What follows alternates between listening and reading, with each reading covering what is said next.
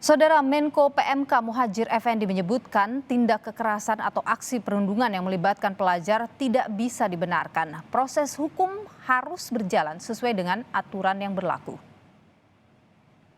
Tindakan pembulian, kekerasan yang dilakukan di sekolah atau kejadiannya di bawah tanggung jawab sekolah harus ada proses hukum. Tapi kan anak-anak ini masih di bawah umur ini. Ya, itu ada aturannya sendiri itu.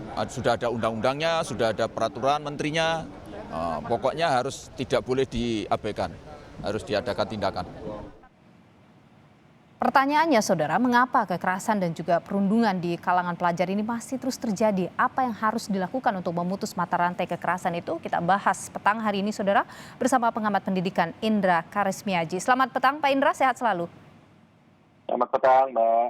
Pak Indra, bagaimana Anda melihat aksi yang dilakukan oleh pelajar di Tapanuli Selatan yang melakukan kekerasan kepada seorang nenek?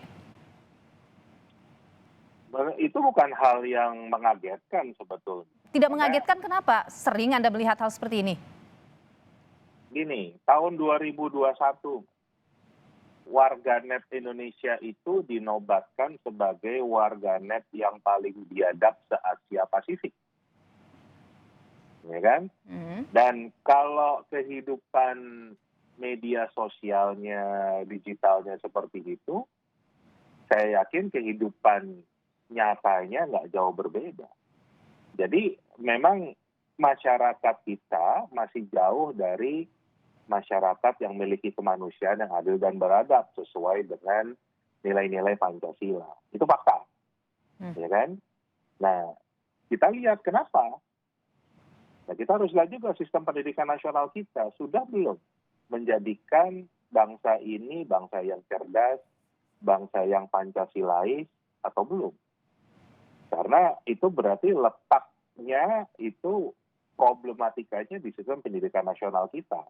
Yang selama ini salah dalam mengimplementasikan karena dianggap sistem pendidikan itu sama dengan sistem persekolahan.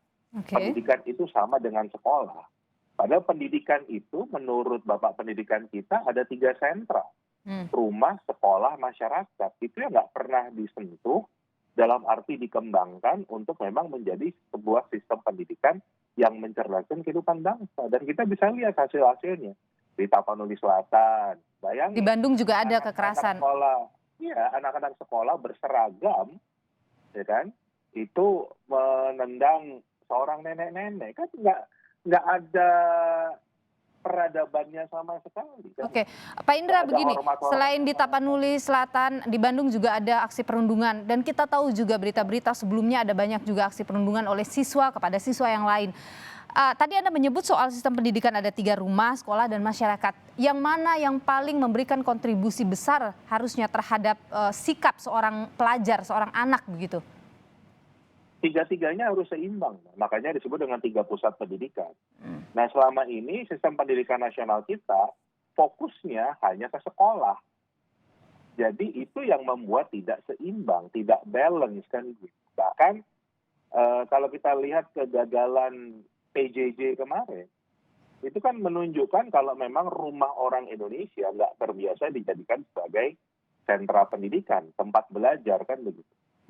Nah, itu yang harus segera dibenahi. Sistem pendidikan nasional kita harus meliputi bagaimana mendidik anak di rumah, bagaimana mendidik anak di sekolah, bagaimana mendidik anak di masyarakat. Itu kalau kita mau bicara pembangunan SDM unggul. Jadi nggak setengah-setengah, nggak hanya di persekolahannya saja, di utak-atik, tetapi yang rumah dan masyarakatnya nggak pernah disentuh. Akan terjadi seperti ini terus. Karena jadi sistem pendidikan kita yang bermasalah.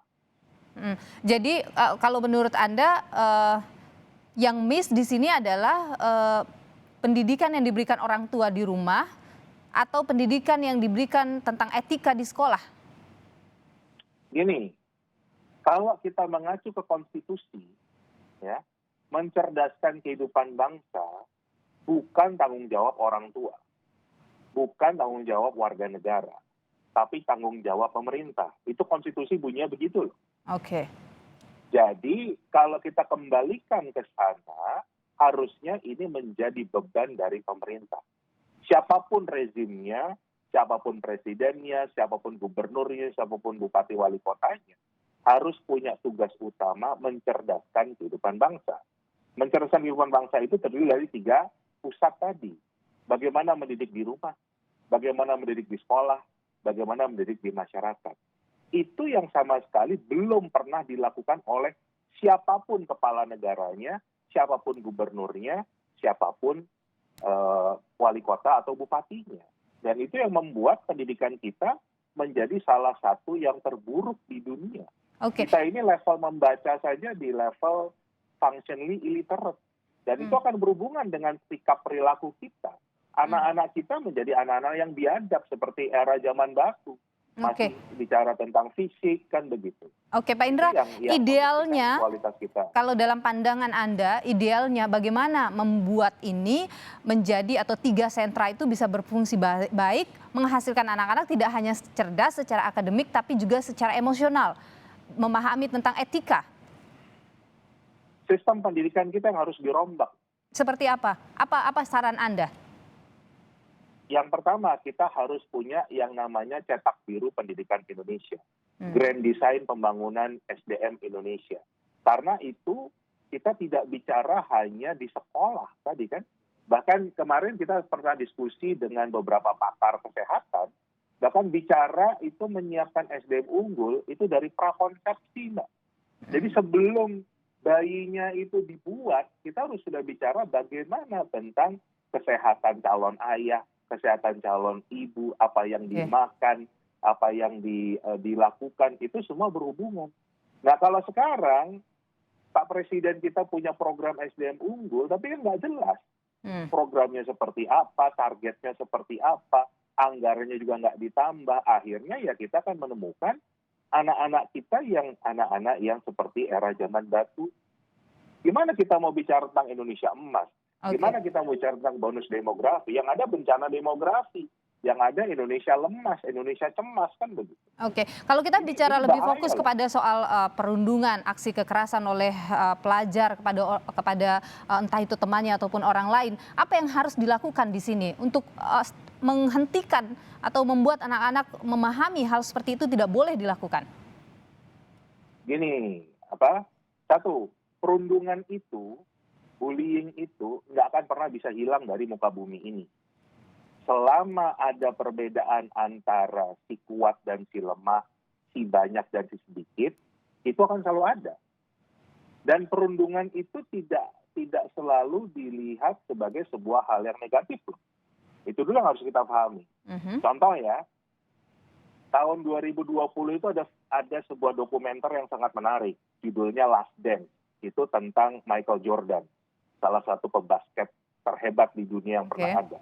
Itu beliau menjelaskan dia menjadi juara NBA 6 kali karena dia membuli teman-teman satu timnya untuk menjadi bekerja keras kan gitu. Jadi kita nggak bisa melihat itu sebagai suatu hal yang hitam dan putih. Tapi yang justru harus kita siapkan adalah bagaimana anak-anak kita itu punya kesadaran bahwa setiap langkah, setiap keputusan mereka ambil itu ada konsekuensinya. Artinya kalau misalnya ada sanksi secara hukum dalam beberapa kasus kekerasan yang terjadi belakangan atau salah satunya Tapanuli Utara, Anda melihat itu adalah langkah yang tepat? Singkat saja? Tidak. Tidak langkah yang tepat? Karena itu pendekatannya disebut dengan pendekatan behaviorisme. Stimulus and response. Kita harus konstruktivisme. Bagaimana tadi mencerdaskan anak-anak kita, bukan kita paksa mereka harus memilih, tapi mereka bisa memilih sendiri karena mereka bisa membedakan mana baik, mana yang buruk. Baik, Pak Indra Karismiaji, pengamat pendidikan, terima kasih atas informasi Anda di Kompas Petang.